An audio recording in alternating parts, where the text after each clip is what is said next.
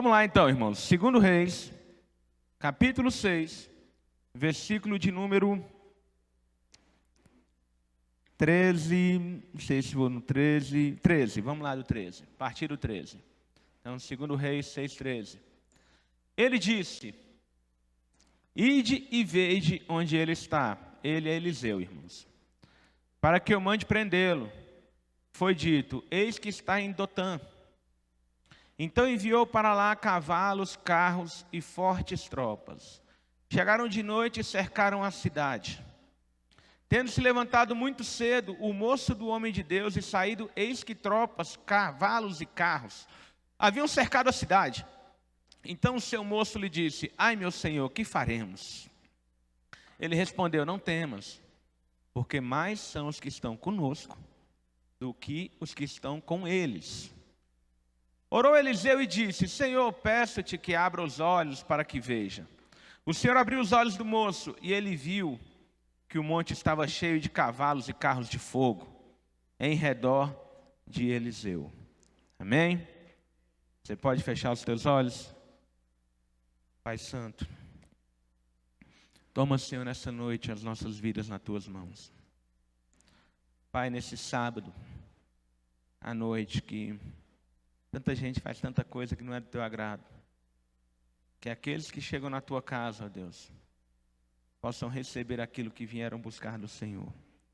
Toma, Senhor, cada um dos teus filhos de uma forma poderosa. Que o Senhor possa guardá-los. Que o Senhor possa abençoá-los, ó Deus. Me dê graça, ó Deus, para que eu possa transmitir com clareza a tua palavra. E que cada um de nós possamos sair daqui, ó Deus, melhores do que chegamos. No nome de Jesus. Amém. Irmãos, quem conhece essa passagem aí da Bíblia? Quem já leu em algum momento? Ela é interessante demais. O Eliseu, irmãos, ele me assusta. Por que os caras queriam matar o Eliseu? Porque o rei da Síria, ele pretendia atacar Israel. Aí toda vez que ele bolava um plano para invadir Israel, Eliseu chegava no rei de Israel e falava: ó, o rei da Síria vai fazer isso, isso, isso, isso. E aí Israel estava preparado, nunca era pego de surpresa. Até que um dia o rei da Síria, ele reuniu seus conselheiros e falou: peraí, eu quero saber quem é o X9 aqui. Eu quero saber quem é que está entregando os nossos planos para o rei de Israel, porque o rei de Israel sempre está um passo na nossa frente. Sempre que eu quero armar uma emboscada para ele, ele já está preparado para aquilo que eu planejo. Alguém aqui está entregando os meus planos para ele e hoje eu vou descobrir quem é. Até que alguém falou: Senhor, não tem nada disso. Aqui ninguém é X9, ninguém está entregando o Senhor. Mas tem um profeta lá em Samaria, o Eliseu, que ele sabe das coisas que o Senhor fala na sua câmara de dormir. Aquilo que você fala só com seus deuses, a gente não sabe explicar, mas o profeta de Israel, ele ouve. E ele vai no rei e conta. E aí o cara da Síria fala: então vamos matar esse profeta, porque ele está acabando com tudo. E aí eles querem saber onde está Eliseu, descobrem que Eliseu está em Dotã, e eles vão lá em busca de Eliseu. Irmãos, mas que coisa tremenda. Em outra passagem, Eliseu cura a lepra de Naamã. O servo de Eliseu, Geazi, ele vai até Naamã e pede dinheiro, pede roupas. E aí quando Geazi ele volta, Eliseu fala: onde é que você estava? Ele inventa uma desculpa qualquer e Eliseu fala para ele assim: por um acaso, quando você foi até Naamã, o meu espírito não foi contigo? Eu teria medo de um homem desse, se eu conhecesse pessoalmente. Eu acho Eliseu assustador. Mas o rei da Síria não achava ele tão assustador assim, então resolveu matá-lo. O monte cercado pelo exército sírio. Irmãos, um exército por causa de um homem. E aí o discípulo, servo de Eliseu, está com muito medo. E Eliseu fala: cara, relaxa. Mais são aqueles que estão conosco do que aqueles que estão contra nós. Eu imagino a cara do servo de Eliseu. Não, Senhor. Tem um monte deles. Aqui só tem nós dois e eu nem sei lutar. Não sei como é que o Senhor é nessa arte aí. Mas eu nem sei, lá tem um monte. Aí Eliseu ora. Fala, Senhor, abre os olhos dele. Para ele poder enxergar o que eu estou enxergando. E aí Deus, ele permite que o servo de Eliseu, por alguns instantes, tenha os olhos espirituais abertos. E ele vê vários carros e cavalos de fogo ao redor de Eliseu. E aqueles soldados da Síria, eles vão ser feridos de uma cegueira momentânea. Eliseu vai passar sobre eles, numa boa, e vai embora para casa. E depois os caras não vão saber o que aconteceu. O rei de Israel vai tentar pegar aqueles homens e fazer de refém. Eliseu vai falar, negativo. Faça de refém aqueles que você capturou. Esses caras aqui vieram atrás de mim. Olha que tremendo, irmãos. Eles vieram atrás de mim e eu estou liberando cada um deles. Para eles irem para a casa deles em paz, de boa. E eles foram.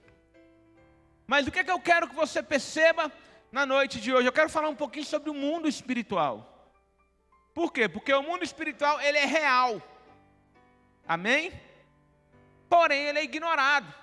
Amém?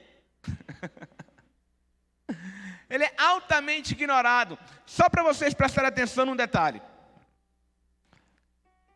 Eliseu estava vendo carros e cavalos de fogo ao seu redor. Porque os carros e os cavalos de fogo estavam ali ao seu redor. Mas deixa eu te fazer uma pergunta. E se Eliseu não estivesse vendo? Mesmo assim, os carros e os cavalos estariam ao seu redor.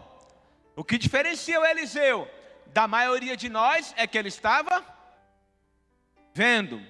Mas os carros e os cavaleiros, eles estariam ali com Eliseu vendo ou sem o Eliseu ver.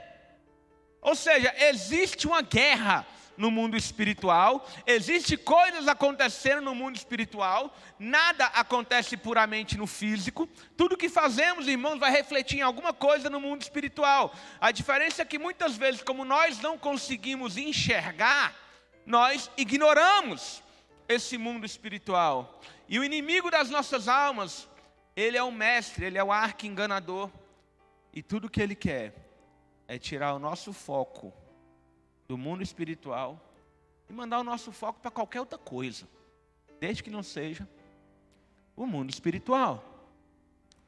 Irmãos, quando nós estudamos sobre pecado, quem é que participa aí do It Sent? Vocês já estudaram já? Armatiologia?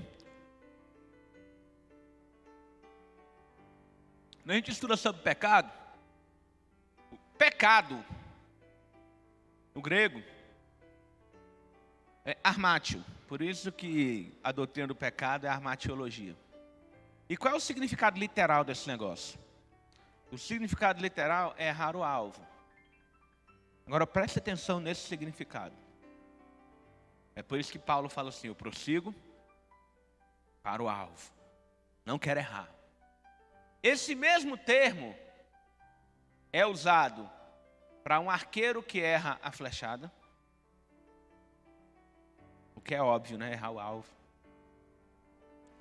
Mas não é só para esse caso que esse termo é usado. Ele também é usado para um viajante que se perdeu no caminho e não sabe onde está e nem como voltar de onde ele veio. Uma pessoa perdida, não seria isso? Então, uma pessoa perdida, de acordo com a etimologia da palavra, é uma pessoa que ela está em pecado. É por isso que nós olhamos o termo errante. O que é uma pessoa que está errante por aí? A perdida. Mas errante é aquele que erra. Errante é quem erra. Então, o mesmo termo pecado é usado para aquele que está perdido, ou seja, aquele que está caminhando, aquele que desejava chegar em algum lugar, mas por alguma razão, ele se perdeu. E ele não sabe mais para onde ele está indo, e ele também não consegue voltar mais de onde ele veio para ele recomeçar. Então, olha que coisa interessante. Existe um foco, existe um alvo, existe um mundo espiritual que ele precisa ser observado. E eu preciso prestar atenção que tudo que eu faço reflete nesse mundo espiritual. Mas o inimigo, ele vai trabalhar para que eu fique como? Para que eu fique perdido, para que eu fique sem saber o que está acontecendo, ou que eu simplesmente ignore aquilo que está acontecendo. E ele vai fazer isso de 3 formas. 3 formas são usadas para evitar que a gente enxergue o mundo espiritual. Vamos dar uma olhada? A primeira delas está lá em 2 Timóteo.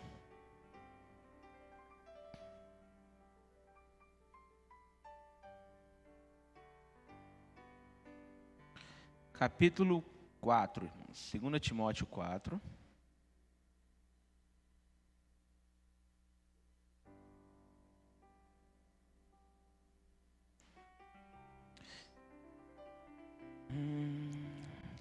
Versículo 9. 2 Timóteo 4, 9. Paulo falando com Timóteo. A gente vai ler o 9 e o 10. Primeira parte do 10. Ele fala assim com Timóteo: procura vir ter comigo depressa, porque Demas, tendo amado o presente século, me abandonou e se foi para Tessalônica. É interessante, irmãos, Demas era um homem que ele caminhava com Paulo. Em determinado momento, ele abandona Paulo para ir para Tessalônica. Tessalônica, irmãos, uma grande cidade, um grande centro urbano e comercial, um local onde haviam muitos atrativos. Então, qual é a primeira coisa que o diabo ele vai usar para tirar o meu foco do mundo espiritual? Os atrativos que o mundo ele me oferece. E o mundo ele me oferece 2 tipos de atrativos. O mundo ele vai me oferecer o pecado. E o mundo vai me oferecer coisas que não são pecados, mas vão me tirar do foco. Eu gosto de chamar essas coisas de distrações. Distrações não são pecados, mas eles me tiram do foco. Por exemplo, aí Jesus está na casa de Marta. E está lá Jesus, Marta e Maria. E aí quando Jesus chega, bate o desespero em Marta. A casa está suja, tem louça para lavar, não tem nenhuma coca. Marta desespera. E aí ela vai correr atrás de tudo. E Maria fica lá batendo um papo com Jesus e aprendendo com Jesus. Em determinado momento, Marta se incomoda com Maria. Eu não sei, irmãos, eu não sei. A Bíblia não fala isso, mas eu tenho sempre a impressão de que Maria é a mais nova. Vocês já tiveram esse tipo de impressão? Eu sempre tenho essa impressão de que Maria é mais nova. Eu não sei porquê. Não sei se é porque o mais novo é mais folgado. Mas eu sempre tenho essa impressão, que Maria é mais nova. Sério, eu tenho essa impressão mesmo. Não sei se é, mas eu tenho essa impressão. Eu tenho a impressão que Lázaro é o mais velho. Aí vem a Marta e a Maria. Mas isso não é doutrina não, irmãos. A Bíblia não fala, eu não sei. Mas eu sempre leio com essa ótica. E aí a Marta apela com a Maria. Só que ela fala: eu vou falar com Jesus, porque eu quero, não vou falar com ela não, ela não me ouve. Vou falar com Jesus que eu já envergonho logo. Aí ela fala: Jesus, o Senhor não se incomoda. Essa folgada aí, fica aí fazendo nada, quando eu estou aqui correndo de um lado para o outro. O que Jesus responde para Marta? O que Jesus responde para Marta? Marta, você anda distraída com um monte de coisas. Uma só é importante. Maria escolheu a melhor parte e essa não lhe será tirada. Olha que interessante. Marta está no pecado, igreja? Não. Marta não está no pecado. Mas ela está perdendo a melhor parte. Porque ela está distraída. O inimigo ele traz e ele vai continuar trazendo para nós distrações para nos tirar do foco da guerra que existe no mundo espiritual. Por que que ele quer me tirar dessa guerra, pastor? Porque numa guerra onde só um lado está guerreando, eu nem preciso te falar o que acontece. Só um lado está guerreando e o outro está de bobeira. Quem assistiu a Copa do Mundo que teve aqui no Brasil?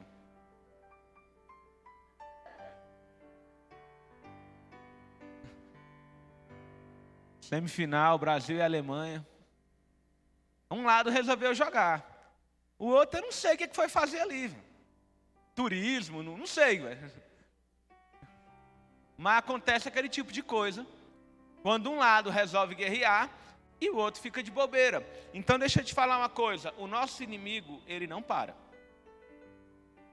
Pensa num cara vagabundo que a única coisa que ele tem para fazer na vida é guerrear contra nós. Se ele não para e eu começo a me distrair, a coisa não vai ficar boa. Coisas que deveriam acontecer na minha vida passam a não acontecer. Coisas que não deveriam acontecer na minha vida passam a acontecer.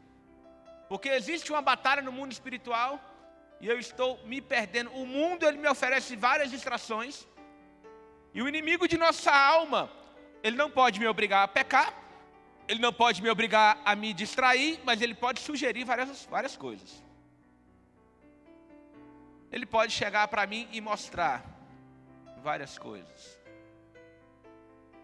E aí, irmãos, cada um aí tem a sua distração, o que não é pecado, mas pode nos tirar do foco da presença de Deus. Pode nos tirar do foco da presença de Deus. É interessante que Jesus, em determinado momento, ele começa a chamar pessoas para acompanhá-lo. E as pessoas começam a dar algumas, eu não vou chamar de desculpas, mas eles começam a falar algumas coisas. Um fala assim: deixa eu enterrar meu pai. Outro fala assim: olha, eu adquiri um campo, deixa eu vender aqui. É até bom, vai ser bom para o ministério. Eu vender aqui e aí a gente vai. Irmãos, se eu não me engano, um fala que se casou também. Quem é bom de Bíblia? O cara fala que se casou? Fala, né? Tem um que fala que se casou também. Casar é bênção. Amém, irmãos?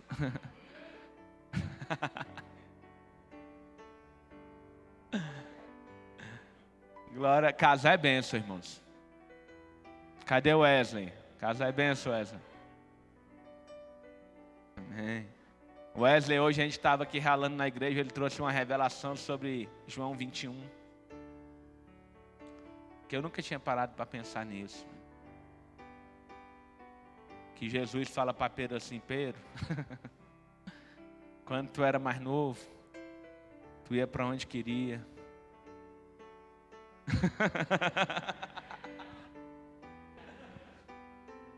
Aí Wesley falou: pastor, Jesus está falando de casamento, não tem jeito não, ali eu tenho certeza. Quando fores mais velho, outro vai te levar. Aí o irmão calou a boca, o telefone tocou. Aí alguém, né, que estava no telefone: estou não sei aonde, vem me buscar. Aí o irmão saiu: não aguenta essa vida de Uber não, velho. E aí o versículo fez sentido mesmo. Tá certo que Pedro já era casado, mas dá para adaptar. Mas casar é bênção, irmãos. Casar é bênção. Adquirir um campo é bênção. Adquirir um campo é bênção. Mas é interessante. Adquirir um campo não é pecado, é bênção. Casar não é pecado, é bênção. Mas naquele contexto, distraiu aqueles homens e eles deixaram de seguir Jesus por causa de coisas que a princípio são bênçãos. Faculdade é bênção, É. Um emprego novo, que eu vou ganhar melhor, é bênção. É. Namorar é bênção. Não, olha a hipocrisia dentro da igreja. Irmão, namorar é bom, não? Namorar é bênção, irmãos. Namorar é bom demais. Namorar é bênção, Vitória.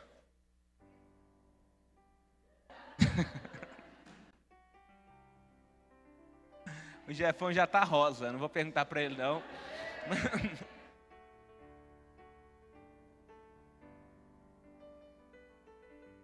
Ixi. Ter filho é bênção. Também. Mas essas coisas, todas elas que são bênçãos, elas podem se tornar distrações e tirar o nosso foco daquilo que é mais importante. Marta, uma coisa só importa. É tremendo isso, uma coisa só importa. Maria escolheu a melhor parte. Essa ninguém tira dela. Qual é a melhor parte? É a presença de Jesus. Irmãos, está para nascer o cão dos infernos, que vai tirar de mim a presença de Jesus. Todo o resto ele pode tirar. É só você ler o livro de Jó. O Satanás começou a tirar tudo de Jó. Mas quando a presença de Deus se revela para Jó, não tem demônio. Não tem demônio que vai impedir de Deus fazer aquilo que Ele quer fazer. Então, irmãos, preste atenção, porque aquilo que é bênção pode se tornar uma distração se eu errar o alvo, se eu sair do foco. Quero falar muito sobre foco.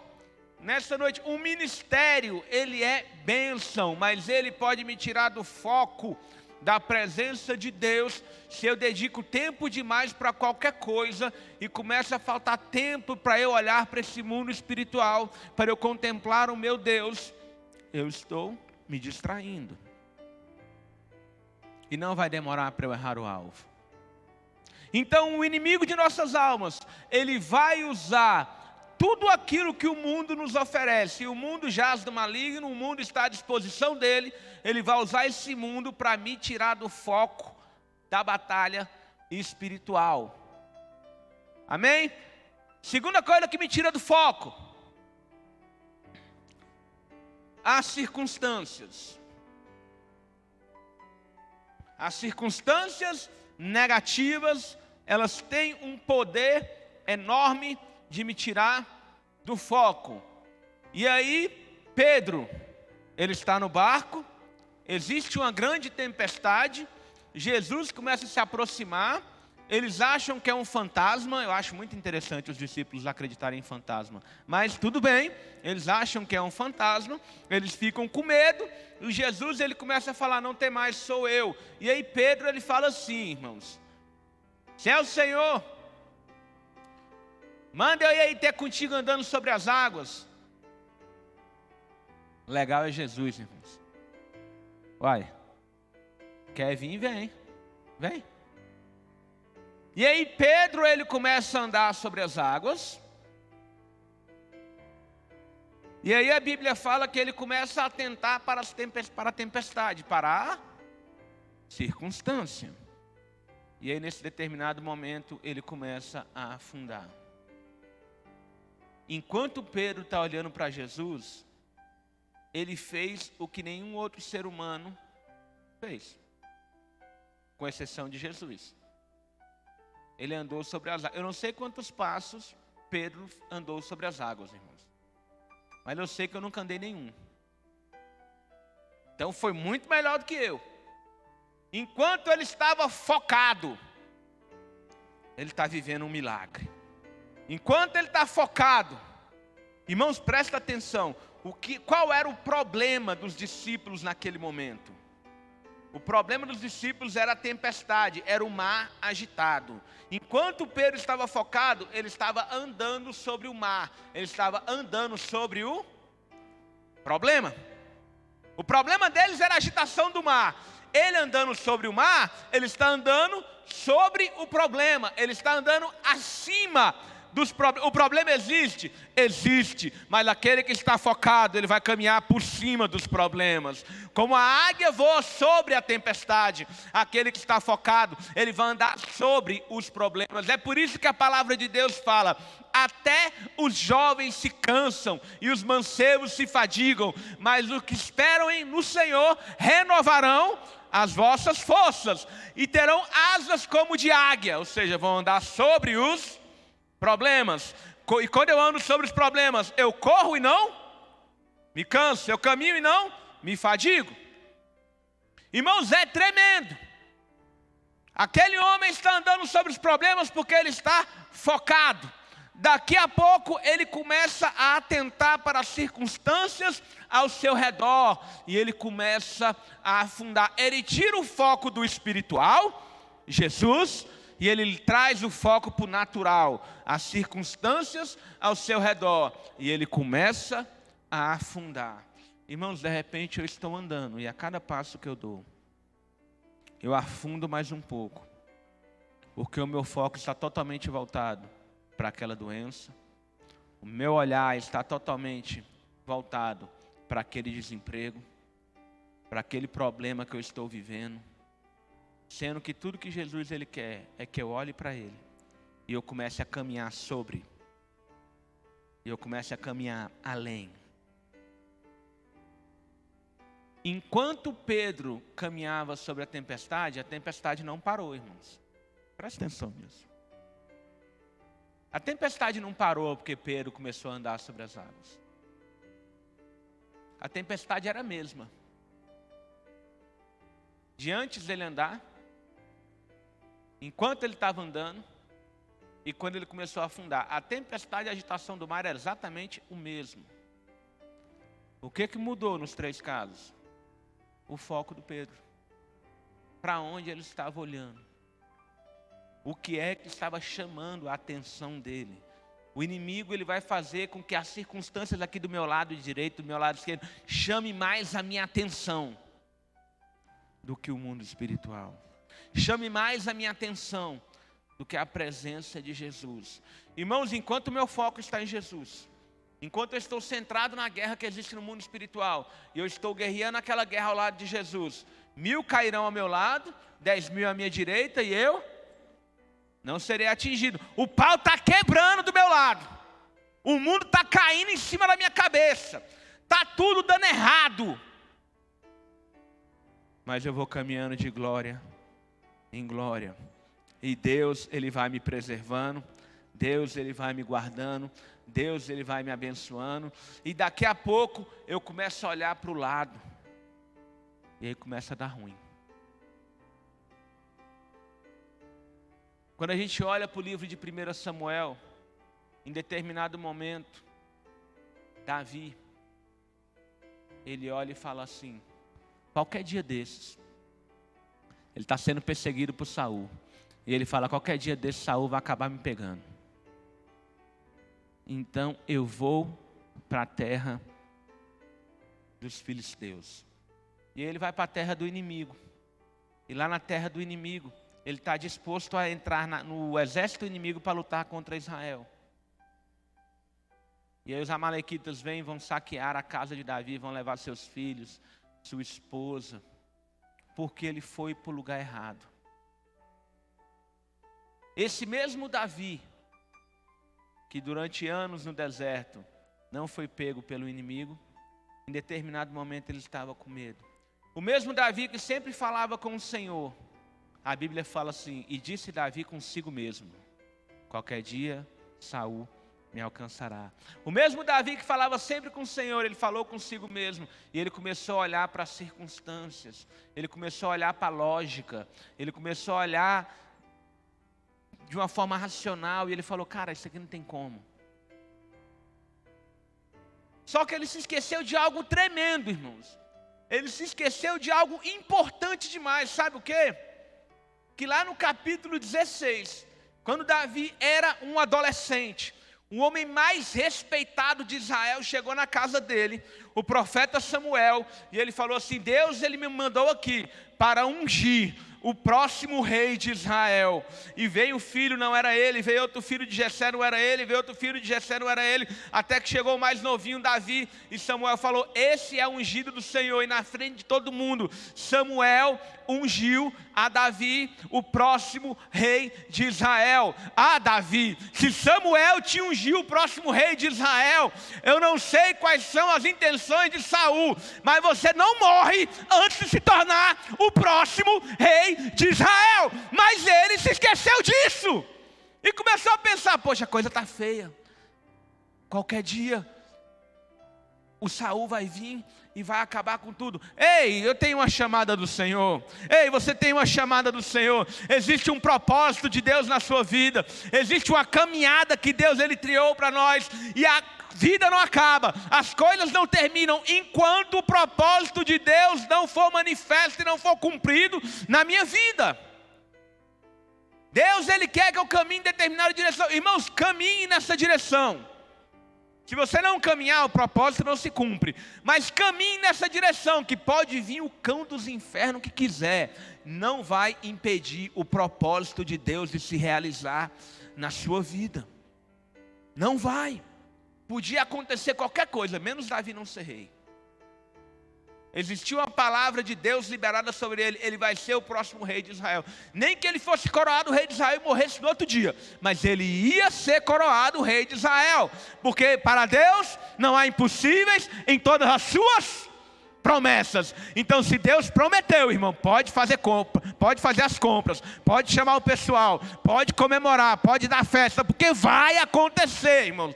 Se Deus prometeu, vai acontecer. Mas as circunstâncias ruins, elas vão estar ao nosso redor. O inimigo vai querer tirar o meu foco daquilo que é espiritual, daquilo que é de Deus, daquilo que é preparado para mim, para que eu caminhe em outra direção e não viva aquilo que Deus preparou para a minha vida. O papel dele é só esse. Ele vai usar as distrações, aquilo que o mundo me oferece, para tirar o meu foco da presença de Deus. Ele vai usar as circunstâncias negativas para tirar o meu foco da presença de Deus. E por último, ele vai usar o quê? João 21. Vamos lá para o texto do Wesley.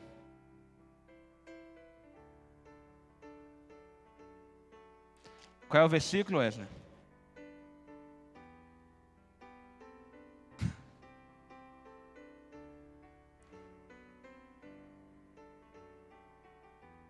Qual é o versículo, Wesley?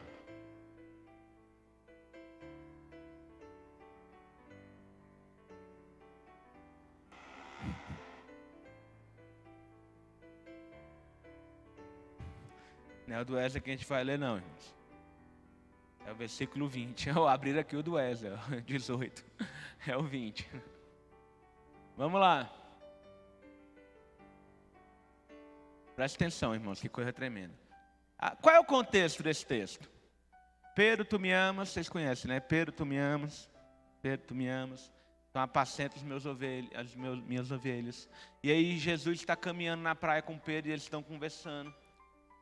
E atrás, eu não sei o que João estava fazendo ali, irmãos.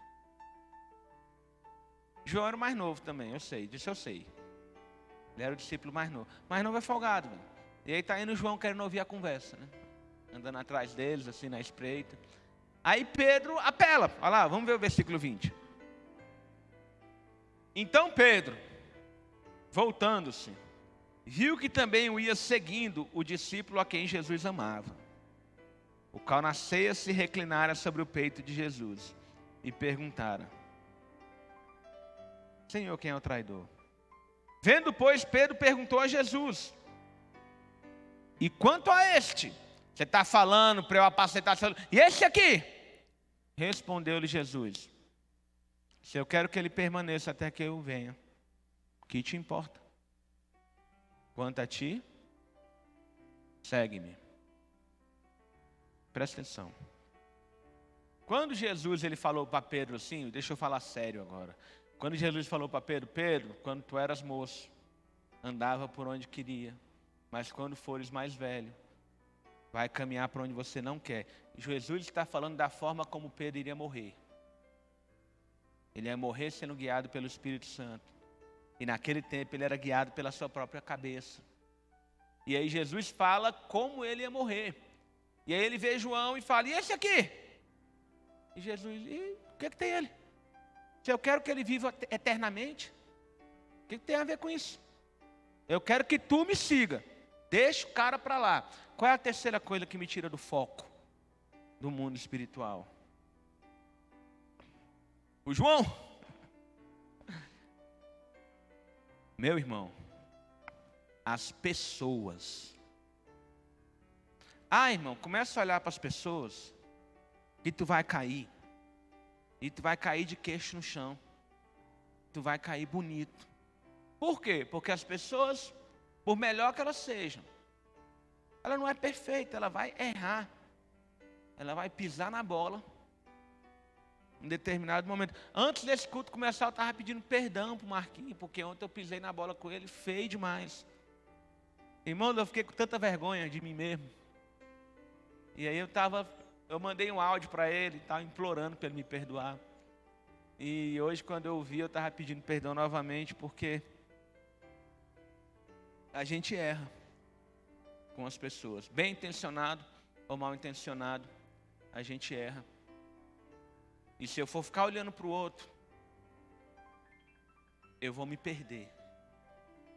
Quando Pedro começou a olhar para João, eu imagino Jesus dando um peteleco na orelha dele. Pss, pss, não, olha aqui, ó, olha para mim. Pedro, Jesus, Pedro, olha para mim. Deixa o João para lá. Meu mistério com o João é outro, o papo aqui é nosso. Mas os nossos irmãos, eles conseguem tirar o nosso foco da presença de Deus. Esses dias eu postei um negócio no status do WhatsApp que dizia assim: nunca diga que você não gostou do culto. O culto não é oferecido para você? E aí um amigo querido respondeu, né? Falou assim: e quando o culto não é oferecido para Deus? Não sei que diabo de culto é esse, né? Mas falou assim: e quando o culto não é oferecido para Deus? Aí eu falei: não é culto, uai. Não, e quando... Aí eu fui entender a pergunta. Não, e quando a pessoa que está ministrando, você não sente assim a unção na vida dessa pessoa? Eu falei: para de besteira. Tu que vai cultuar Jesus ou não.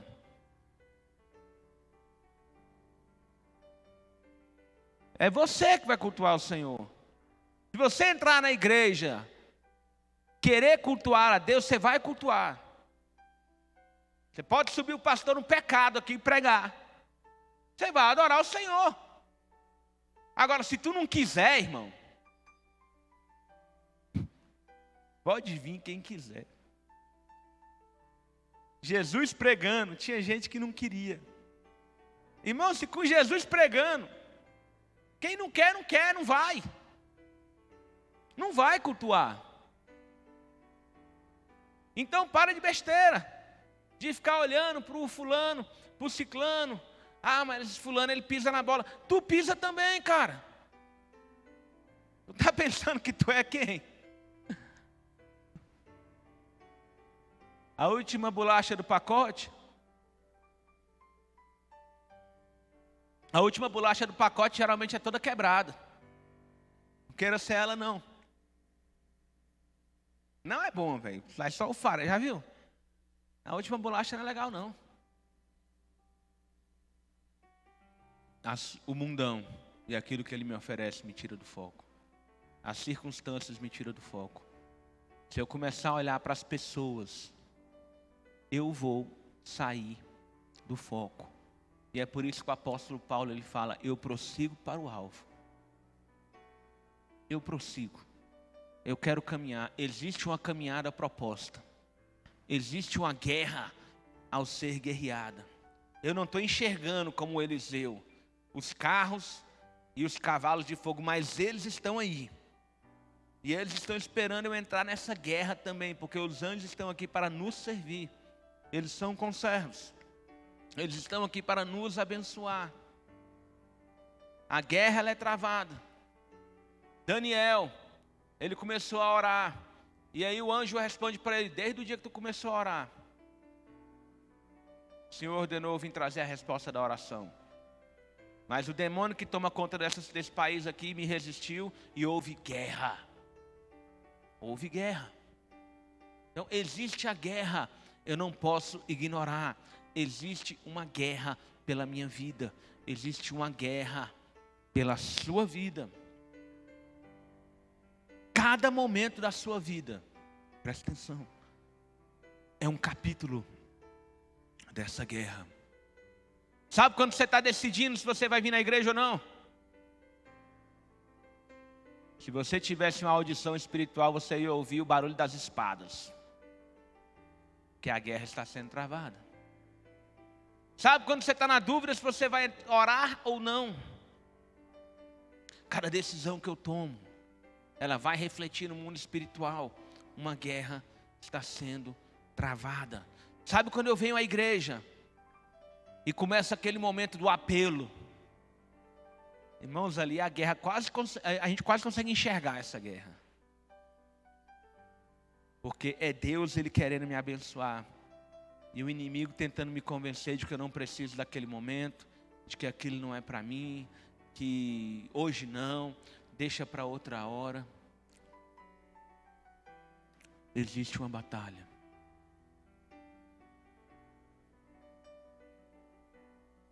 E a gente é predisposto a um monte de coisas quando a gente olha para as pessoas, irmãos. Dependendo de quem está ali, eu vou estar bem-humorado ou eu vou estar fechado. Dependendo de quem vai ministrar o louvor, eu vou abrir o meu coração ou não. Dependendo de quem vai pregar, eu vou abrir o meu coração ou não. Eu estou predisposto e muitas vezes eu acabo perdendo aquilo que Deus Ele tem para mim. Porque eu estou tirando o foco do espiritual e eu estou colocando foco nas pessoas. Uma vez eu ouvi um testemunho de um pastor. O cara é tremendo, irmãos. O cara tem um dom de cura, que é uma coisa extraordinária. Paralítico andando, cego enxergando. Só que ele conta no testemunho dele que durante muitos anos no ministério dele, ele vivia em pecado. Ele era viciado em pornografia. Mas ele ministrava. Como os dons são irrevogáveis, Deus usava. É engraçado que ele fala assim: eu fui liberto no ano tal. Aí no dia que eu ouvi isso, eu falei: olha só, velho. Antes disso eu via esse pastor e eu ficava: nossa, que pastor tremendo. Eu não sabia. Agora deixa eu te fazer uma pergunta. Vamos supor que eu soubesse que o irmão ali, ele está no pecado. E eu fosse lá no culto. E o irmão está pregando. E aí eu olhasse assim: ah, lá vem o pastor pecador, pilantra, pregando. E aí ele pregava. Depois que ele terminou de pregar, ia orar lá pelos enfermos. Os enfermos eram curados? Era. E quem é que não era abençoado? Eu, que fiquei, ó, o pastor pilantra ali. Porque quando Deus quer fazer, irmãos, Ele só faz. Ele vai usar o galo, Ele vai usar a jumenta, Ele vai usar uma pessoa ou outra. Os caras falam assim: Senhor, em Teu nome eu expulsei demônios, em Teu nome eu profetizei, em Teu nome eu realizei milagres. Jesus vai falar: olha, eu nem te conheço. Ou seja, pessoas que não viveram na presença de Deus. Mas em determinado momento Deus Ele queria abençoar terceiros, e Ele usou a jumenta. E o jumento é jumento porque acha que o fato de Deus usar o jumento está aprovando o estilo de vida dele. Não é isso. É porque Deus quer abençoar aquele outro. E aquele outro está aberto para aquilo que Deus tem para ele. Então, irmãos, em nome de Jesus, tira o foco das pessoas. As pessoas, elas vão pisar na bola. As pessoas, elas vão errar. As pessoas, elas vão falhar com você. Deus não. Olha para Jesus, que vai dar tudo certo. Os irmãos do Ministério de Louvor, eles vão subir. E eu quero contar um rápido testemunho para a gente orar.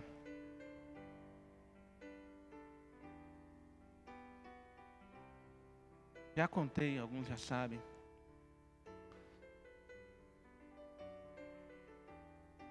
Irmãos, quem já leu meu livro aí?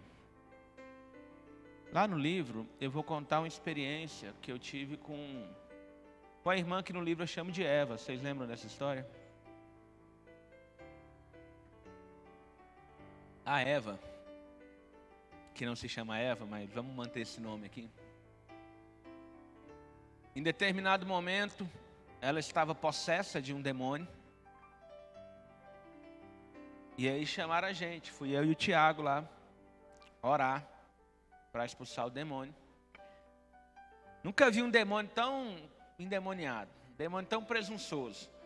O demônio já começou falando: tá achando que eu sou esses demôniozinhos que vocês estão acostumados? Não, eu sou o demônio, né? E aí a gente orando e tal. Na hora que eu fui orar, irmãos, a pessoa possessa, ela segurou assim na minha roupa. O demônio assim, rilhando os dentes, olhou dentro dos meus olhos e falou assim: eu vou te matar. Vou te matar, velho. Vou te matar. Amém, não dei nem ibope.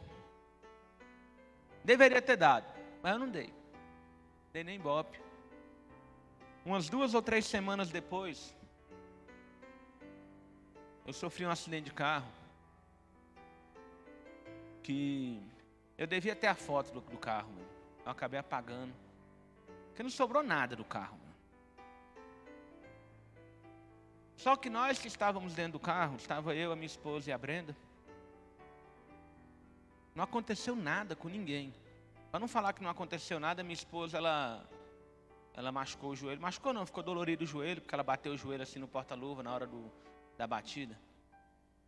Eu bati no ônibus. Depois que eu bati no ônibus, eu bati num carro. O carro foi jogado para fora da pista e saiu descendo assim a ribanceira. O carro não capotou, sei como. E a gente, normal. Não aconteceu nada. Só esse joelho da minha esposa ficou doendo, mais pouco tempo. O meu óculos quebrou, porque o óculos voou assim. E eu gostava pra caramba daquele óculos. E isso eu fiquei chateado.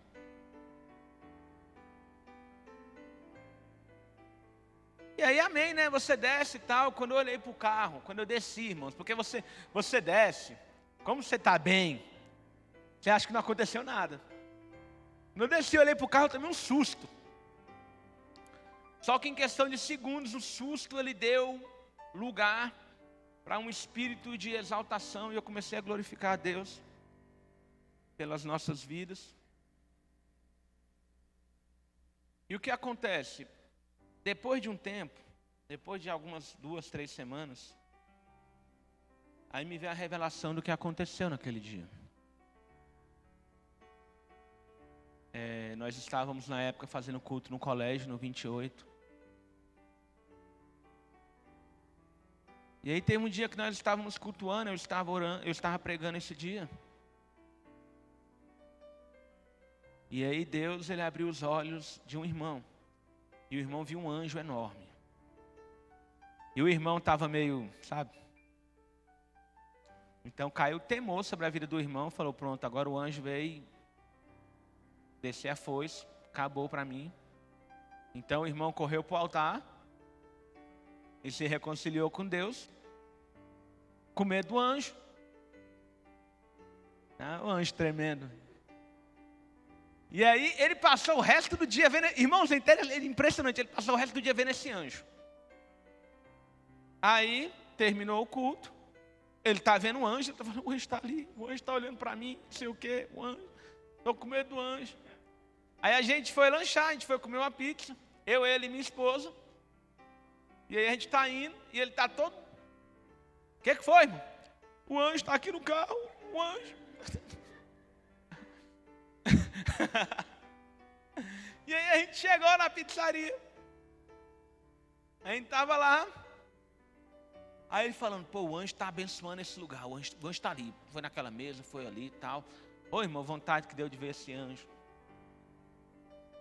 E ele está lá e tal, com esse papo desse anjo. E a gente voltou. Quem é que voltou com a gente dentro do carro? O anjo. Aí, moço, esse anjo, ele não sabe voar, não? O anjo com a gente no carro. E aí daqui a pouco o irmão criou coragem e começou a conversar com o anjo. E aí descaiu o semblante dele. Ele falou assim, poxa, eu estava jurando que o anjo estava aqui por minha causa. Até me converti. Eu achei que o anjo estava aqui por minha causa. Mas o anjo não estava aqui por minha causa. Aí ele falou para mim, o anjo veio por sua causa. E foi a hora que a história ficou interessante para mim. Eu falei, não, então continua. Porque eu já estava saco cheio desse anjo, mas agora não estou mais não. Fala, que tem um anjo? Irmãos, olha o que é o mundo espiritual. O demônio, ele liberou uma palavra de morte sobre a minha vida. E aí o anjo está falando essas coisas. Houve então um decreto no reino das trevas. De que eu morreria antes da inauguração da igreja. Essa igreja, o templo. Estava finalizando já a obra. Eu ia morrer antes da inauguração do templo. E esse anjo, ele foi enviado para que isso não acontecesse. Aí a hora que eu chorei, irmãos, na hora que ele falou assim, era no dia do acidente. No dia do acidente eu estava dentro do carro. Ele gostava de andar de carro mesmo, o anjo. Eu estava dentro do carro. E eu abracei os três. O carro ele se perdeu. Mas neles ninguém toca. E aí a parte triste da história é que o anjo ele falou que estaria comigo para que nada de ruim acontecesse comigo até a inauguração da igreja. Eu falei, como assim até a inauguração da igreja? Inaugurou a igreja, o anjo foi embora. Como assim? Pensa num cara que queria adiar essa inauguração. Fala, não, irmão, não tá bom ainda não. Vamos pôr um porcelanato aqui primeiro. Depois a gente inaugura esse negócio. Mas por que eu estou contando essa história para vocês? Porque você é o amado do anjo, pastor? Não, tem nada disso. Para você entender que o mundo espiritual ele não para. A diferença é que uns enxergam, uns recebem uma sensibilidade, conseguem perceber uma série de coisas, e outros não. Mas existe uma batalha, uma guerra travada. E não é uma guerra pequena, pela minha vida e pela sua vida. E cada decisão que eu tomo vai refletir nessa batalha. Então, em nome de Jesus, irmão, eu quero te convidar nessa noite a se colocar de pé.